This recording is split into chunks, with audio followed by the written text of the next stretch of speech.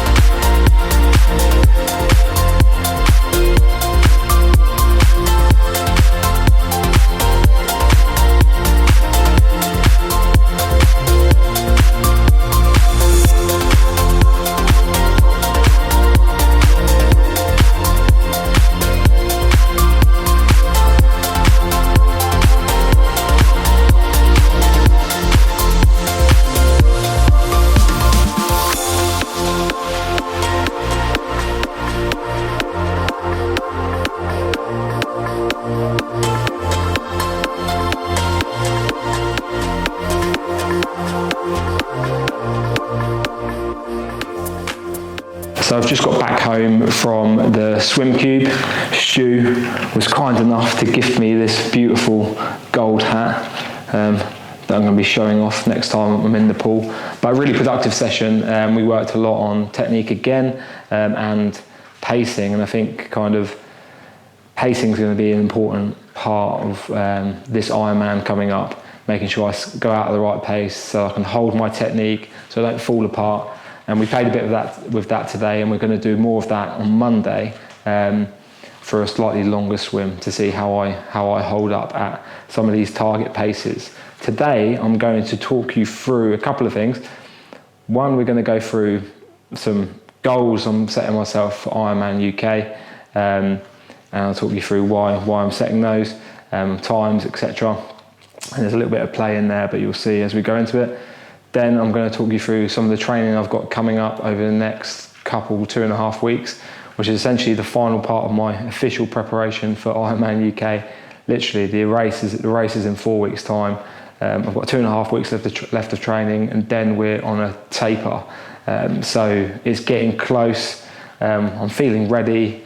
I'm getting excited about doing it now.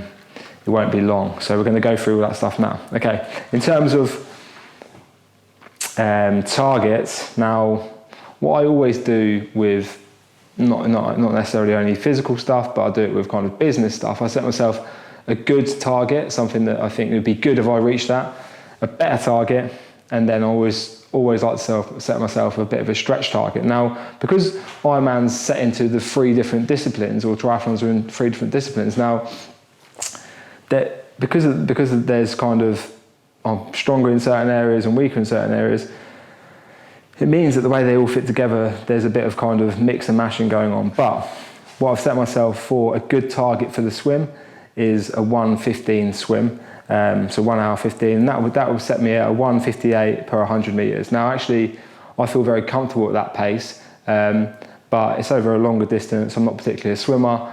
I think I should hit that pretty comfortably. On the bike, I've set myself as a good target, a 6-hour bike, which will bring me around in 18.8 miles per hour. Now, I've worked out on bestbikesplit.com what the pace I would need to, or no, the power output I would need to maintain, given my weight, bike, all that type of stuff, to go at my stretch pace.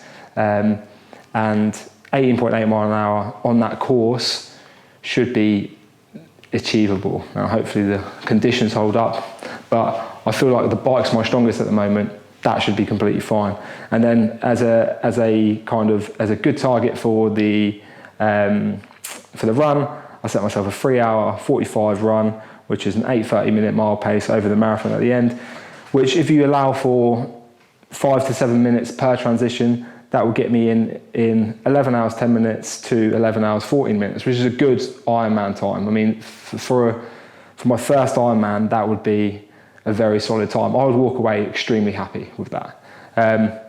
But I'm going to try and go faster than that. I'm trying to go a little bit faster anyway. And it's strange when you make these little tweaks, you're only going a little bit faster, but actually the times add up. So, and the difference is quite vast. So in terms of a better swim time, I'm going to aim for a 1:07 pace. And I actually think that this is probably going to be roughly my target pace for the swim. That will get me around in, so 1:07, sorry, it will get me around in 1:07, which is a 1:44, 1:45, 100 meter split. We were doing this today, very, very comfortable. My heart rate's in a good place when I'm swimming at that speed. We're going to do another test on Monday at a longer duration, see how I feel for that speed. But I think that's going to be a nice, comfortable pace to swim at. I want to come out of the swim in good shape for the bike. And a better bike time for me, I'm going to aim for a 5:45, which is 5 hours 45 minutes, which is about 19.5 miles per hour over the bike. And then for the run, an 8-minute, 10-mile pace, which will bring me around in 3:34, which with transitions will get me around somewhere between 10:37 and 10:41. Now, when I thought about a real stretch goal for Ironman last year, I was looking at all the timings and stuff like that, around 10:30, 10:31 was something that I thought that's going to be really hard to get to. I'm going to try and push myself to get to that. Now, that better goal brings me very close to that. And now, if we go down to my stretch targets, a 103 swim, which is a 138 per 100 meter pace. I don't know if I've got that in me, if I'm honest. But we'll see how the next couple of weeks go. That might change. The bike though, with my stretch goal, a 20.3 miles per hour bike, which will bring me around in 5:30, I've definitely got that around this local area. I can ride at that speed. Can I do it on that course? That's the thing that's hanging over me. I think I can. I honestly think I can get round in that time. But as you'll see in a minute, I'm going to give you my prediction for how it's potentially going to go. It's slightly off that pace, but very, very close to that. So that'll give me around in 5 hours 30, and then a stretch running time for me, which I'm more than capable to run at this speed as well. But we'll see how I feel at the end of the run. 7:50 minute mile pace will get me around in 3:26.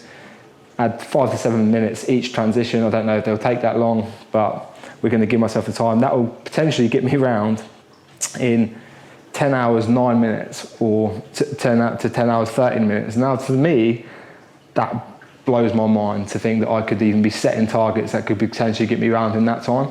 That seems utterly ridiculous based on the fact that I've only started training for this last year and my real stretch aim was 10:31-ish. But it's only one out of those that I think that I'd find really challenging independently would be the swim. The bike and the run, I could do it in that time. So on race day, bit of adrenaline, pushing myself a little bit. Can I do that? That's the question that I'm asking myself. I'm going to try. But my prediction, right? I predict that I probably am going to swim more conservatively, probably. If I've got more in the tank, I'll push on. But what I found is as I start pushing on the swim, my form falls apart. I actually slow down rather than speed up. So it's about finding that swim pace where my technique's good and I don't fall apart. So I'm going to say a 107 swim. I'm going to say on the bike, it's a bit more hilly. Maybe the conditions aren't as good. I'm going to say maybe I'll go around the bike in 5:40. And I think, I could do a marathon in 3:30, which is an 8-minute mile pace. And I'm pretty sure I can do that, even fatigued and tired at the end of the Ironman. Now, I've never done a marathon at the end of an Ironman, so who knows? But I'm gonna throw it out there and say I do the marathon at the end in 3:30, which with the transitions will get me round between 10:17 and 10:21. But I'm going to say that things don't slightly go to plan. There's going to be a little bit, things that aren't as smooth, etc. I lose a bit of time here and there. So my aim, and it was the stretch goal I set for myself last year, is 10:31. We're going to go for 10:31. Like I say, if I get 11:14, 10:37, 10:41, any of the times that I spoke about throughout this, I'll be very, very happy. To be honest, this is my first Ironman. If I get around in 12 hours, if I blow up on the course, but get round and I give my best showing on the day, what I'm capable of doing, I'm happy with that. This is not a competition with everyone else in the field. I'm competing with myself. I'm going out there to do my best on the day. But I'm setting these targets for myself because I want to see, can I do them? And if I can't, I'm not embarrassed or ashamed if I don't meet my targets. That's just, I'm set that for myself so we can try and push and hit them. If we don't, it's not the end of the world, but I'm going to give my bloody best to make sure we try and hit them. So 10:31 is the official prediction for Ironman UK. Hold me to that. Hold me to that 10:31. Now, over the next couple of weeks, we've got some big workouts planned. If I just bring some of them up, today I've done a swim at the Swim Cube. I've got a 2-hour cycle this evening. Power zone, race pace power zone, which I've just recently increased. I'm trialing the increase in wattage on the power zone because I feel much fitter on the bike and I haven't redone my FTP. I tried to do it last week. My turbo trainer started doing some funky things, so I had to pull my bike off it. But we're going to try with slightly increased output on the bike. That's later on this evening. Today I've got an hour and a half run, 50 minutes of that in zone 3, half an hour in zone 2, and then 10 minutes in zone 1, either end to warm up and cool down. Got a swim tomorrow morning in the pool, and also tomorrow I've got a short cycle with some Power Zone 4 stuff, 10 minutes at a time, 6 of those, and then some Power Zone 1 stuff, etc. On Saturday, we've got a nice big workout, which we're going to film for the blog. It'll be next week's. Got a 5-hour bike at Power Zone race Power Zone. So we're going to try that, and at the end, a 1 mile brick off the back of the bike. For that, we're going to do it like it's a race situation. So I won't be stopping to fuel or anything like that. I'll be slowing down, grabbing a bottle, topping up my bottles on the move, and seeing what sort of distance we do in that 5-hour kind of race conditions. And then on the Sunday, I have a 22-mile run at heart rate zone 2 with a warm up and cool down. My coach has kind of left it open to me to do this at race pace if I want to. I'm not going to. I'm going to do a zone 2 run on that. Monday's supposed to be a rest day, but I'm actually going over to the swim cube to do some time stuff in the water that we spoke about earlier. I've got some shorter workouts at the start of the week, and then towards the end of the week, I've got a 4-hour cycle, and then another longer cycle on the Saturday as well. And then the longest run I'm going to do in my preparation for this event, a 24-mile run at heart rate zone 2 on the Sunday. Once again, some swimming stuff during the week as well, spread out throughout the week, in that week, and then the following week. And then once again, I've got some shorter workouts, got an FTP test, which will be interesting to see how that goes.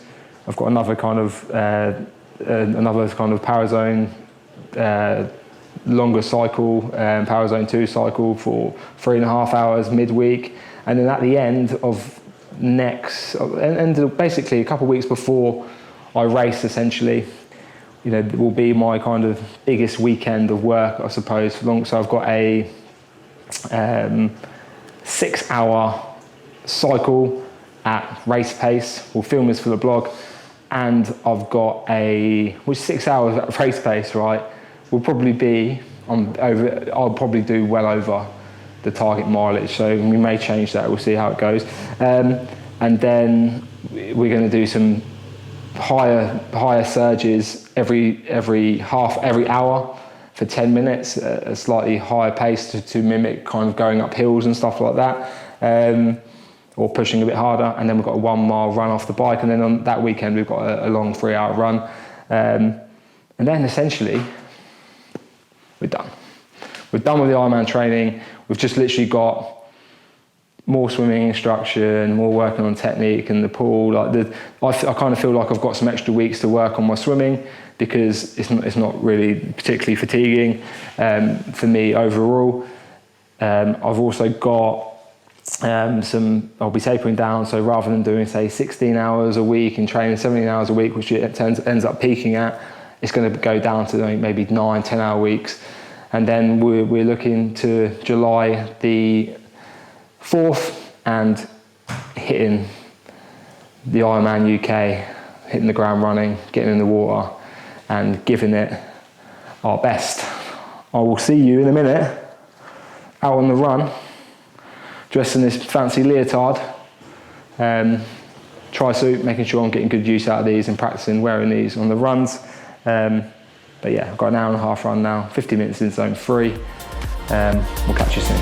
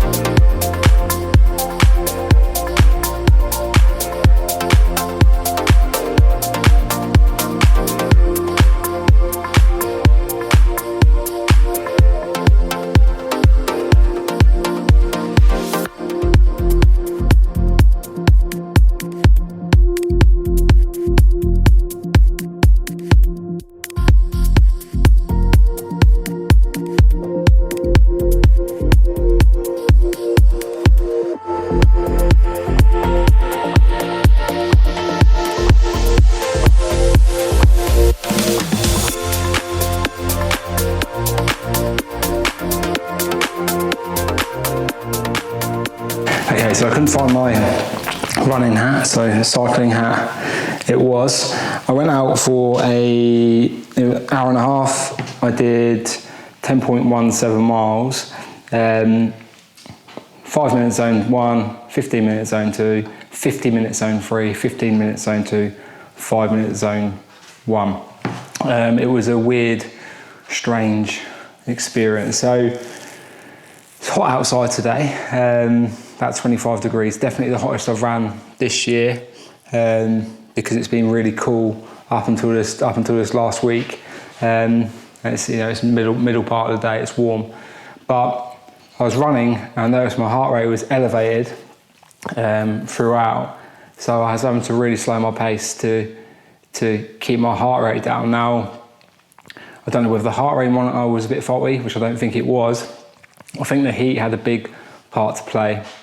But I was, I was slow. I was slow today. I felt slow. But in terms of my exertion, I felt like I was working at a much lower heart rate. So I wasn't breathing at all heavy. I didn't feel like I was working hard. So my legs felt light. I felt very, very good out there. I didn't feel hot. It was hot. I didn't feel hot. So yeah, interesting run. Not quite the pace which I've been working at, nowhere near. But maybe the heat had a part to play, or maybe my heart rate monitor was faulty and I was ended up working a lot lower intensity than what I thought I was working at, or who knows. Running is weird sometimes, but that's the end of this vlog.